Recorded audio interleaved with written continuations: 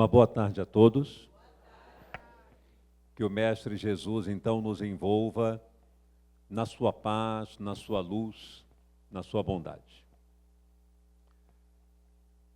É muito evidente, quando nós examinamos, desde meados do século XIX para cá, até os dias atuais, é evidente que percebemos o progresso da ciência em vários aspectos, no campo da tecnologia, no campo do progresso em termos de cultura, educação, desenvolvimento e, claro, dentro do contexto da medicina.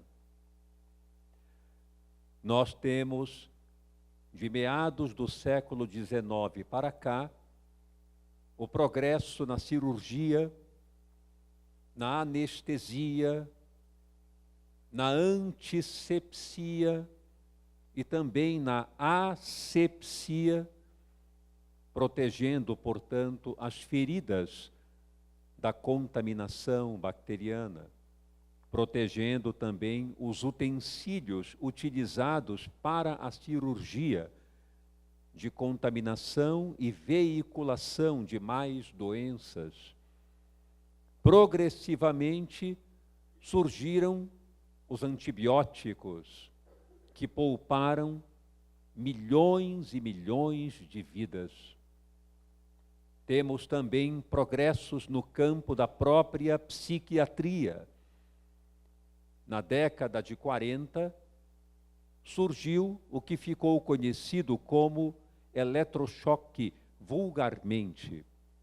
Na verdade, o termo adequado é eletroconvulsoterapia, um tratamento que hoje ainda é aplicado em larga escala e com eficácia comprovada, diferente do que muitas pessoas pensam, de que aquilo parecia uma aberração. Na verdade, foi em função das experiências iniciais da aplicação do método, sem nenhum controle, sem nenhuma investigação, sem nenhum estudo científico comprovado. Hoje, essa terapêutica biológica é perfeitamente eficaz para vários tipos de transtornos mentais muito graves. Porém, depois, na década de 50, surgem os antidepressivos, os antipsicóticos, os estabilizadores do humor, trazendo, portanto, amparo considerável para pessoas portadoras de grave depressão, de esquizofrenia, transtorno bipolar e outros transtornos psiquiátricos bem documentados na atualidade. Todo esse progresso, sem dúvida, concorre para o bem-estar da humanidade. E bem sabemos que Deus permite que surjam esses avanços, porque eles contribuem com a alegria de viver, com o progresso pessoal no campo das operações cotidianas, devolvendo à pessoa um funcionamento mais satisfatório, uma redução importante do sofrimento. A questão é, todos esses tratamentos são tratamentos de fora para dentro do ser, da periferia para a profundidade. E fazem todo sentido, porque nós temos um corpo, e este corpo que nós possuímos é dotado de automatismos. Digamos, ele vive por si mesmo. Toda a constituição orgânica, as células, os tecidos, os órgãos, os sistemas biológicos vivem por si mesmos. Diante de uma condição onde no laboratório manipulamos, por exemplo, determinados tecidos, nós podemos promover atividade vital naqueles tecidos sem que haja um comando espiritual.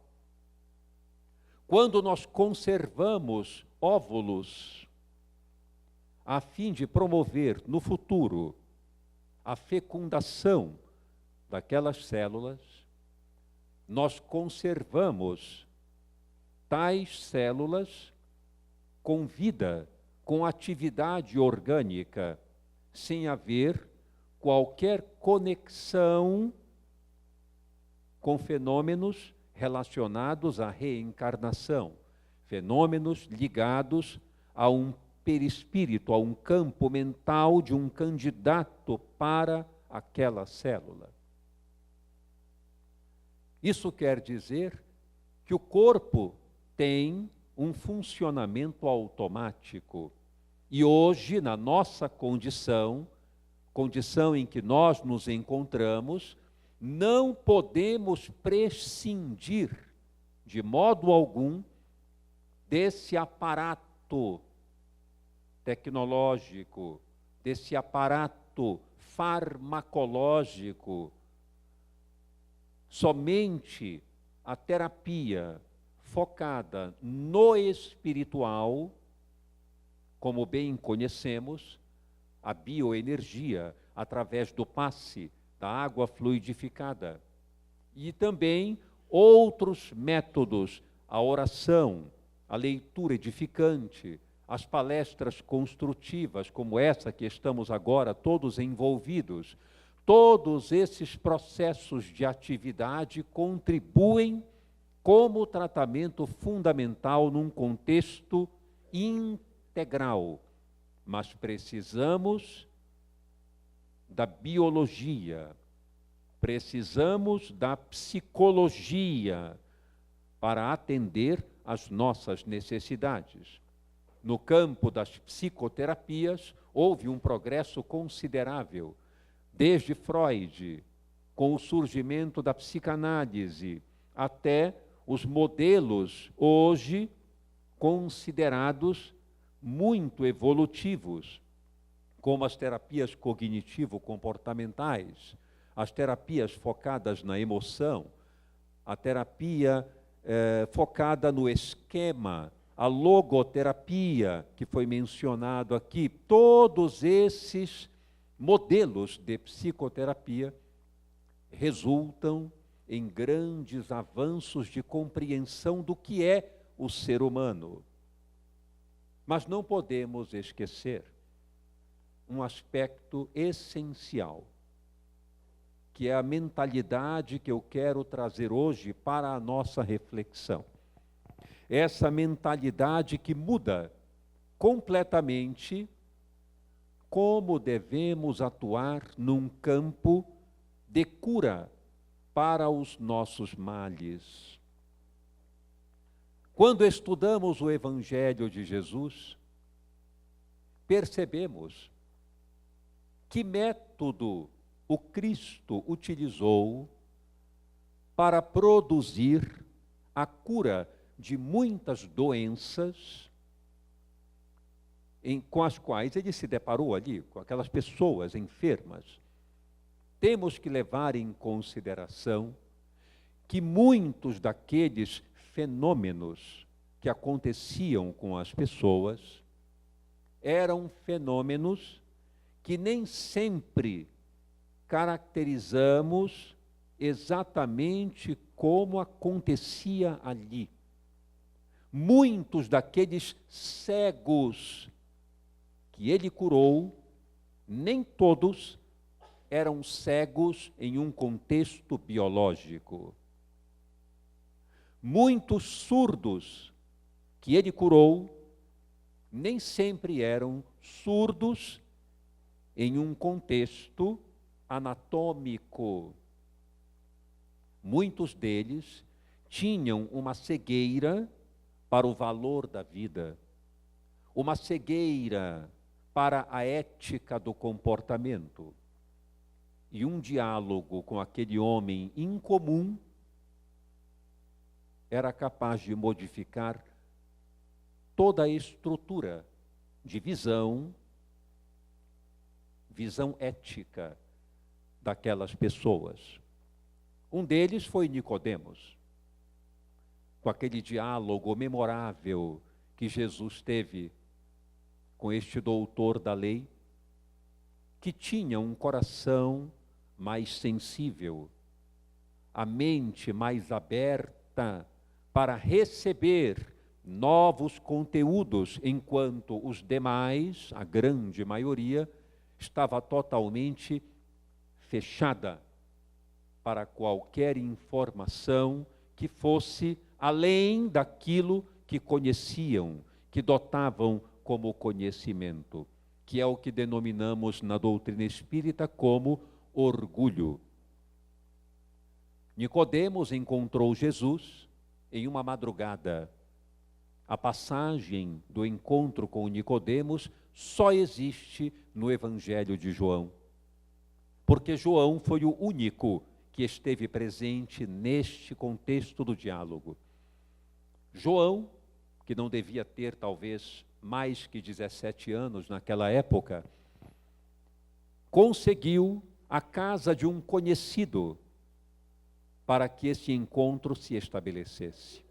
E naquela noite, naquela madrugada, somente João acompanhou Jesus. Nicodemos estava envergonhado daquele encontro. E quando se encontraram, naquela madrugada, tiveram um diálogo memorável acerca da reencarnação. Não só da reencarnação, como também da postura ética do ser humano na sua vida, que é o que verdadeiramente produz saúde. Então ninguém pode ver o reino de Deus. O que seria o reino de Deus? O reino de Deus é a retirada do bloqueio da visão em relação ao sentido da nossa vida. O reino de Deus nada mais é do que a relação ética, sadia, decente, pura, sagrada, entre duas criaturas, entre um eu e um tu. O reino de Deus, disse em Lucas, capítulo 17, o reino de Deus está entre vós. Temos a concepção muitas vezes de dizer, ele está dentro de vós. Não está incorreto, mas não é o lugar do reino. O reino de Deus está dentro de nós, na medida em que a consciência moral habita o nosso interior. Entretanto, o reino operante de Deus é entre nós. O reino de Deus é isto aqui. Nós nos relacionando num mesmo objetivo, com uma mesma proposta de desenvolvimento, de crescimento, de realizar o bem, de sair daqui melhor do que quando chegamos. Este é o reino de Deus. É uma operação de funcionamento das criaturas onde o amor é o grande apontamento dos interesses, dos valores. Este é o reino de Deus. Então não se pode ver o reino de Deus se não nascer da água, a matéria. Nosso corpo é formado de 70% de água. Quando um feto está em desenvolvimento no ventre materno, ele está mergulhado em água. Nosso planeta tem 70% de água, similar à constituição do nosso corpo. Vejam a sabedoria divina para manter a estabilidade da vida, né? Nosso corpo tem 70% de água, o planeta também. Do ponto de vista eletrostático, eletroquímico, nós temos uma perfeita interação com o campo vibratório deste planeta, do ponto de vista da biologia, da estrutura molecular. É a inteligência universal operando. Muito claramente, não há muito mistério para compreender isso. Então, esse encontro com Nicodemos, que diz, é preciso nascer da água, reencarnar, e é preciso nascer do Espírito, encontrar a própria essência. Por meio do quê? Das experiências encarnatórias. Quando Jesus curou aquelas pessoas, o que foi que ele disse para elas? Todas as vezes, praticamente, a tua fé te curou. Certa vez, Jairo, o chefe da sinagoga local, em Cafarnaum, deparou-se com a filha supostamente morta. Corre na direção de Jesus e pede o seu socorro.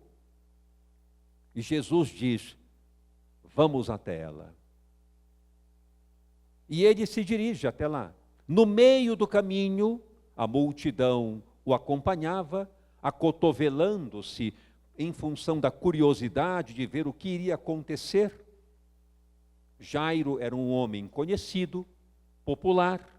Quando viram Jesus acompanhando aquele homem chorando, desesperado, a multidão saiu atrás. Vamos ver o que vai acontecer. Nesse intervalo de caminhada até a casa de Jairo, uma mulher que tinha um fluxo de sangue profuso há muitos anos, vivia anêmica e cansada, viu ele passando. Entrou pela multidão, conseguiu alcançá-lo e tocou na sua veste. Imediatamente o sangramento foi interrompido. Na hora que ela toca, o Cristo percebe que foi um toque diferente dos demais, porque todos estavam simplesmente no campo da curiosidade, da vulgaridade do interesse. Ela não. Ela estava numa situação completamente diferente. E ele percebe e fala para Pedro, alguém me tocou. Pedro olha para ele e diz, alguma coisa aqui está esquisita, porque tem muita gente esbarrando. Como assim alguém te tocou? Alguém extraiu de mim um valor, uma virtude. Ou seja, uma energia curativa. E ela se identifica, fui eu. E a resposta é clara, vai em paz, a tua fé te curou. Tempos depois, ele sai caminhando de Jericó, passando naturalmente cercado por uma grande multidão de curiosos, na maioria das vezes, sem nenhum interesse profícuo de crescimento. E um cego percebe que ele está passando. Gritam o nome dele. E o cego, então, esperançoso, olha para, se dirige a ele, percebendo a situação ali que estava ocorrendo, identificando a presença dele, grita: Jesus, acode-me. E o Cristo para: quem me chama? E ele grita novamente. E então Jesus diz: traz esse homem até aqui. Era um cego de nascença. Enquanto traziam o cego, um dos discípulos pergunta para Jesus: mestre, aproveitando a ocasião, quem pecou para que ele ficasse cego? Ele mesmo ou os pais? Está lá na passagem, belíssima essa passagem. E Jesus então responde: nem ele nem os pais pecaram. Isso aconteceu a fim de que as obras de Deus se cumpram. Reparem como isso é importante. Reparem como na psicologia sempre buscamos um culpado. Já notaram isso? Fulano está deprimido. Quando vamos estudar a situação, foi alguém negligenciado, foi alguém ignorado pela família, foi alguém que tinha pais severos, foi alguém que muitas vezes sofreu algum tipo de abuso de natureza psicológica ou outro tipo, e logo nós buscamos uma causalidade que não é na pessoa ou na atitude que ela tem perante o seu problema, e sim alguém que provocou isso. Reparem como isso acontece muito. É muito interessante. Quando os estudos de natureza psicológica, da psiquiatria, examinam os psicopatas, a primeira coisa que procuram é abuso, negligência, violência, abandono infantil.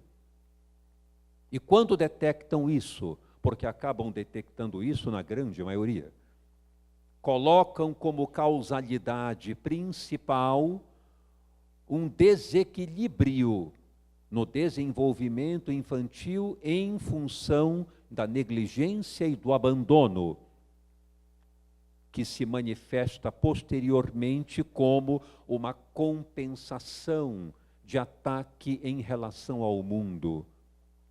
O que isso quer dizer? Quer dizer, de alguma forma, que tiramos a responsabilidade daquela pessoa sobre os seus próprios impulsos e condicionamentos.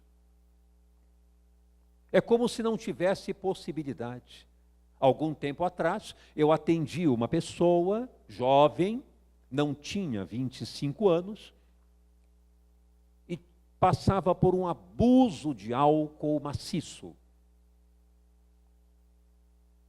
Ela então, esta pessoa, conversando comigo, disse: olha, nem sei como vou dizer isso adequadamente para você, mas eu não vejo perspectiva de melhora.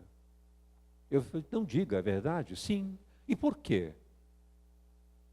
Meu pai é alcoolista. Meus irmãos mais velhos adoram beber. Está no sangue. Está na genética. Não há o que fazer. Não é interessante essa afirmação? Nada mais isso representa do que uma interessante desculpa para não tomar posição diante de uma problemática que a pessoa vive. Como se nós fôssemos marionetes do destino, como se estivéssemos dominados pelos nossos impulsos, pelas nossas tendências, pela nossa labilidade emocional. Isso é muito comum Às vezes uma pessoa diz, eu sou um pouco grosseiro mesmo. Quando eu falo, eu sou grosseiro. Quando eu falo, eu sou estúpido. Mas olha, isso assim, quem quiser que me aceite como eu sou. Porque na minha família todos falam assim, a gente grita mesmo, isso vem de berço e a natureza é essa. O que se pode fazer? Muita coisa. Porque se eu vejo que isso prejudica o meu próximo, se eu vejo que isso atrapalha os meus relacionamentos, onde está escrito que eu não sou capaz de renunciar à minha raiva, à minha impulsividade, ao meu nervosismo? Claro que sou, em nome do amor, em nome do bem ao meu próximo. Portanto, o problema aí não é a genética, não é o ambiente, porque ninguém é produto do meio ou produto da genética. Nós somos aqueles que tomam posição como desejarem frente à genética e ao ambiente. Esses somos nós. E por que eu estou explicando tudo isso?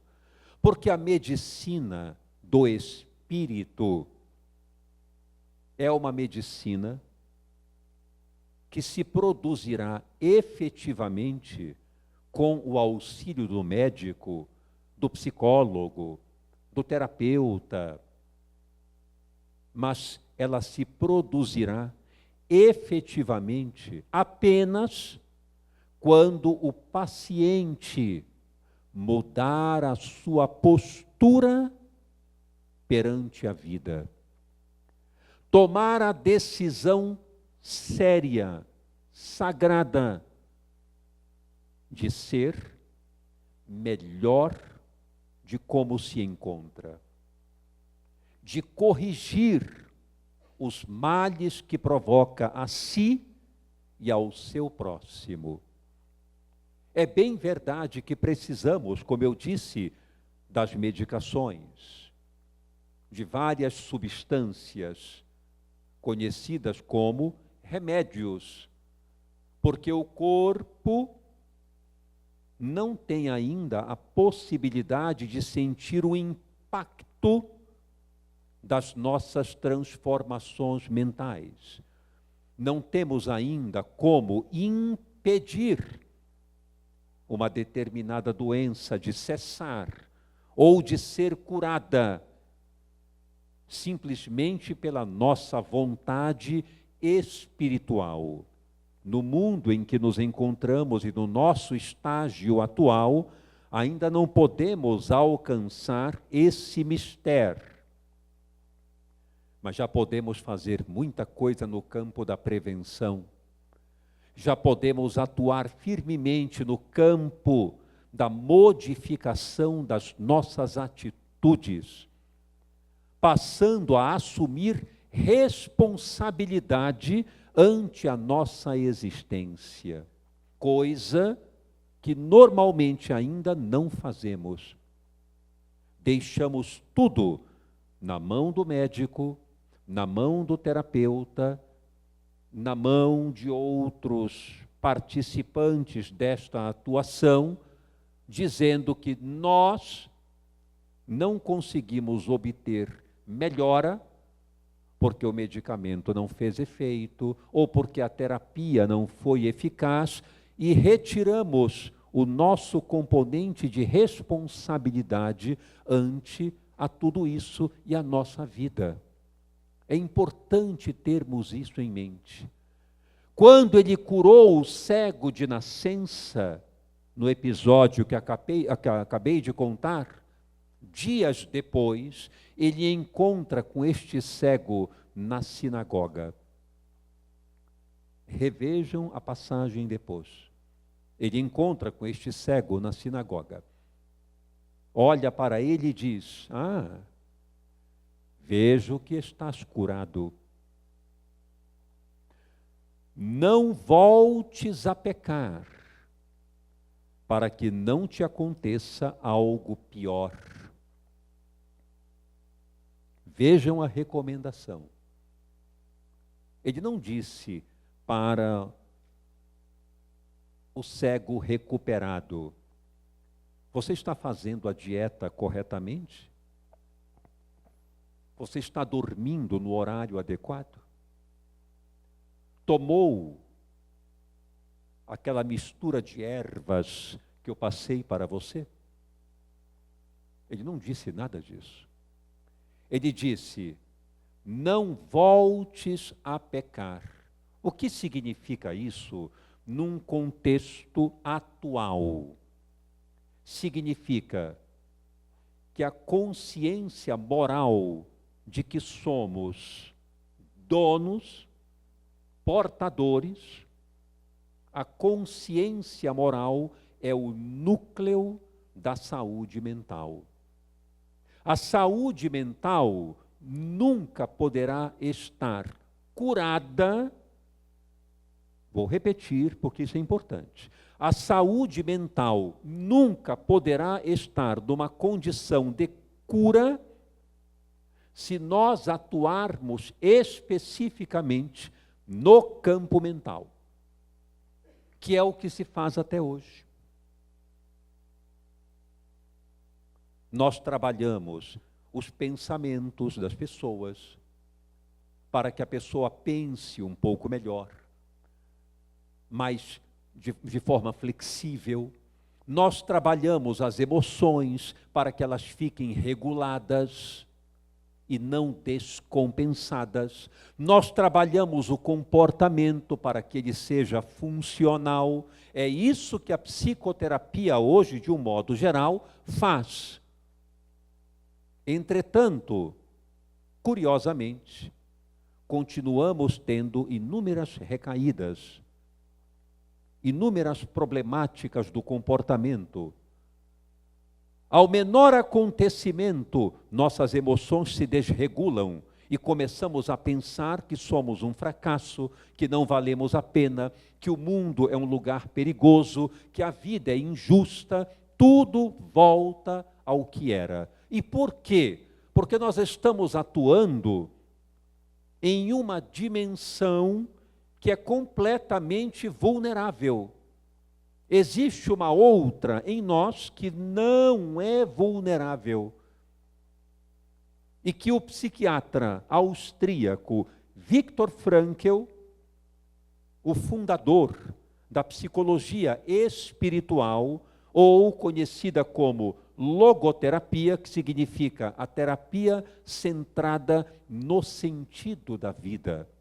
Eu denomino o sentido da vida como o encontro com o reino de Deus, que eu me referi há pouco, o sentido da vida. Este psiquiatra afirmou com total propriedade, embora fosse judeu, não fosse cristão, portanto, e não tivesse nenhuma conotação de proximidade com a doutrina espírita, de forma alguma, tem alguns conceitos que se apresentam idênticos na proposta espírita. E ele diz que a criatura humana tem um corpo, tem uma psique, uma mente, mas ela é espírito. Não espírito como nós conhecemos aqui na doutrina espírita. Espírito como dimensão, uma área em nós que nunca adoece, que nos torna criaturas livres para nos posicionar, até mesmo contra os estímulos de dentro de nós, que emitem propagações a fim de que façamos algo que prejudica o nosso semelhante, que nos prejudica. Nós temos a capacidade de renunciar às más ações e escolher aquelas que são saudáveis. Quem faz isso não é o campo mental, é a área espiritual, segundo ele, em nós, que está em íntima conexão com a consciência moral. E vejam que maravilha isso. Na questão 621 de O Livro dos Espíritos, Allan Kardec interroga as entidades da codificação. Onde está escrita a lei de Deus? Na consciência. A resposta. Vejam a proximidade do raciocínio. A consciência moral, diz Viktor Frankl, é o órgão do sentido da vida. É ele, este órgão, a consciência, que nos conduz por decisão livre a amar e servir, diz ele. O que é que tem de mais espírita do que isso?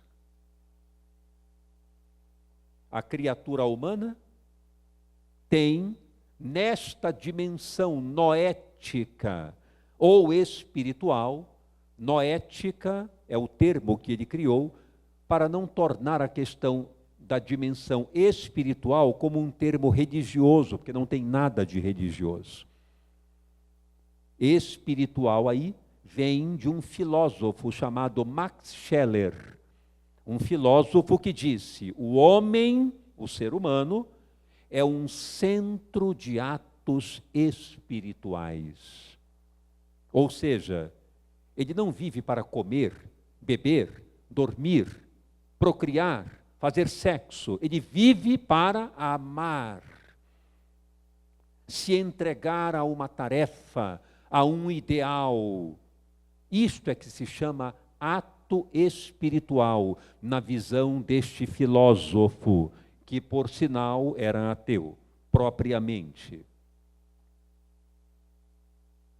Então observem a similaridade com a proposta do Espiritismo.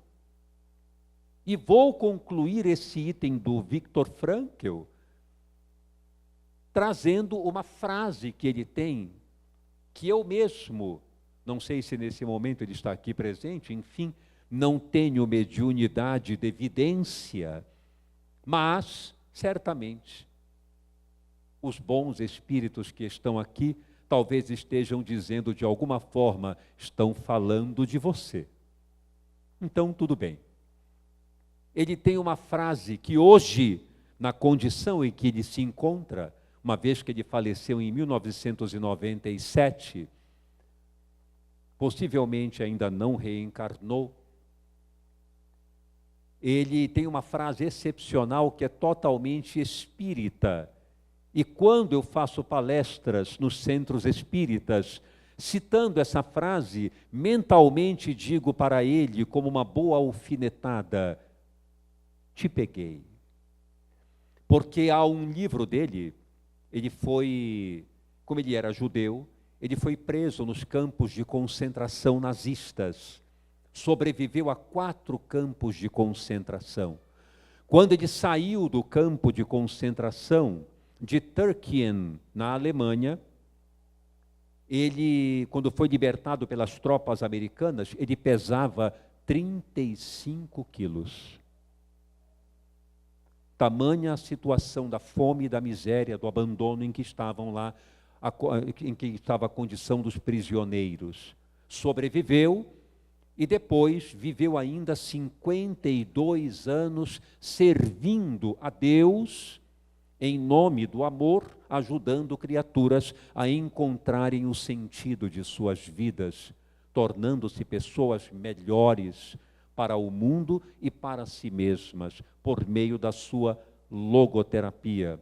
Então a frase é assim: vive como se estivesses vivendo pela segunda vez, e como se da primeira tivesses feito tudo tão errado quanto estás prestes a fazer novamente. É uma frase que convoca a urgência de mudar de comportamento o mais breve possível. Totalmente espírita. Hoje ele tem consciência disso.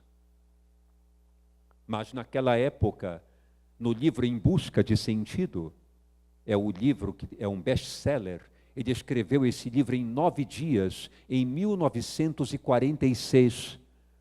Meses depois, quase um ano depois de ser liberto dos campos de concentração, ele escreveu este livro, Em Busca de Sentido. E lá, neste livro, há uma passagem curiosa em que ele se defronta com uma sessão espírita. Olha que interessante. Ele se depara com uma sessão espírita.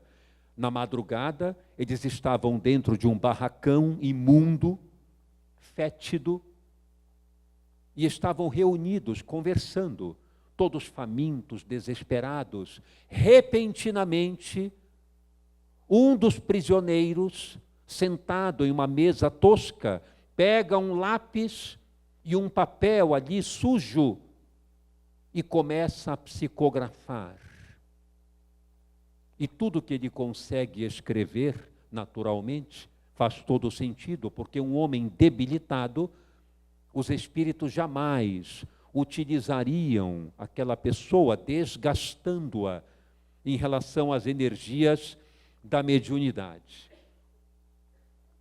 Ele escreve então naquele papel: ai dos vencidos. Ou seja, o espírito estava se referindo aos nazistas, que depois perderam a guerra e logo depois, passado um ano, foram julgados na cidade de Nuremberg e a grande maioria foi penitenciado com o enforcamento. Ai dos vencidos, porque não há nada que fique encoberto que não venha depois a aparecer, como disse Jesus. Nada fica escondido ou oculto. Tudo é revelado em um dado momento. Então, a medicina do espírito, como ela se dará em breve, no futuro muito breve? As criaturas continuarão a tomar os seus antidepressivos, os seus antibióticos, os seus estabilizadores de humor, os seus quimioterápicos. Entretanto, aprenderão que para que haja a cura real, para que haja a recuperação absoluta, há necessidade de uma palavra que não pode jamais ser esquecida. É a palavra,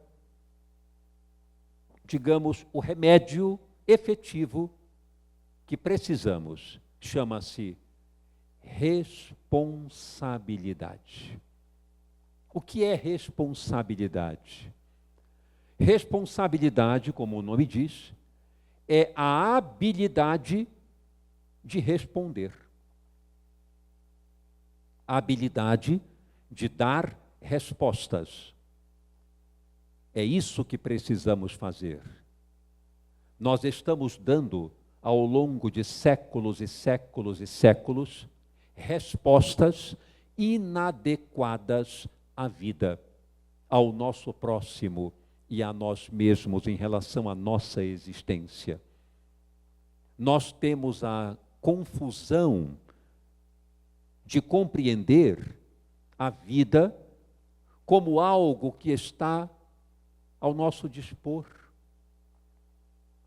Nós ainda temos hoje a mentalidade de que a vida nada mais é do que um patrimônio que está ali para o nosso usufruto.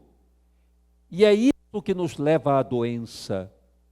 Porque todo o ser humano que não tem o encontro com o sentido da sua vida, das suas tarefas, que significa amar o seu entorno, servir na sua comunidade com todas as aptidões que tem e entregar esse manancial de forças ao mundo. Este é o sentido da vida, nas suas diversas variáveis, cada um de nós com a sua meta, cada um de nós com o seu objetivo próprio, porque somos seres únicos. Quando fugimos dessa responsabilidade, é quando nós adoecemos. Por isso, disse Jesus, não voltes a pecar. É a principal recomendação, porque não adianta nada manter a higiene, tomar a medicação correta e ser alguém que macera com o seu semelhante, que destrói as aspirações do seu próximo, que magoa, que fere o seu semelhante. Este destrói a si mesmo e continua doente, porque numa próxima encarnação deixa as marcas da sua ação deletéria no mundo em si próprio. E essas marcas afetam os órgãos, afetam as emoções, afetam os pensamentos, e acontece o que vemos hoje. O quanto a depressão campeia no mundo, o quanto a ansiedade se alastra no cotidiano. E impressionante o quanto o progresso que tivemos em nada ajudou a tornar o ser humano mais feliz. Se tornou pior, porque o nosso tempo livre aumentou. A tecnologia, a brevidade das ações aumentou o nosso tempo livre. Hoje nós pedimos uma pizza pelo aplicativo. Hoje nós não vamos mais ao banco, nós apertamos um botão. O nosso tempo livre aumentou consideravelmente. E o que fazemos com esse tempo livre? Entramos em desespero porque não sabemos o que fazer. Não temos metas, não temos objetivo, não sabemos ainda amar, não sabemos ainda servir. Então o nosso tempo livre concorre para o consumo de substâncias, para o abuso de álcool, para outros comportamentos diversos, menos problemáticos, mas que demonstram o quanto o vazio existencial toma conta de nós. E, portanto, na consequência disso, a doença psíquica, a doença orgânica.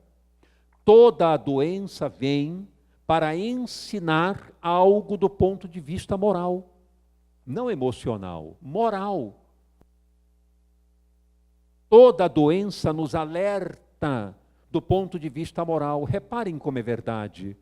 Eu tenho uma amiga médica, estava na residência médica, muito jovem, teve um câncer na tireoide, operou, ficou curada e resolveu fazer endocrinologia, com especialização em tireoide, para impedir que outras pessoas sofram como ela sofreu. A cura é moral. E nós continuamos marcando passo no emocional, no cognitivo, nos pensamentos, quando na verdade temos que acionar a nossa consciência moral e perceber qual é o nosso dever na vida. Essa é a medicina do futuro. É isso que precisamos aprender com o Evangelho de Jesus e com as forças espirituais que temos dentro de nós, que nos tornam criaturas livres para agir no bem e responsáveis por um mundo melhor com as nossas atuações. Então, paz e luz nos nossos corações. Muito obrigado por terem me ouvido. Muita paz.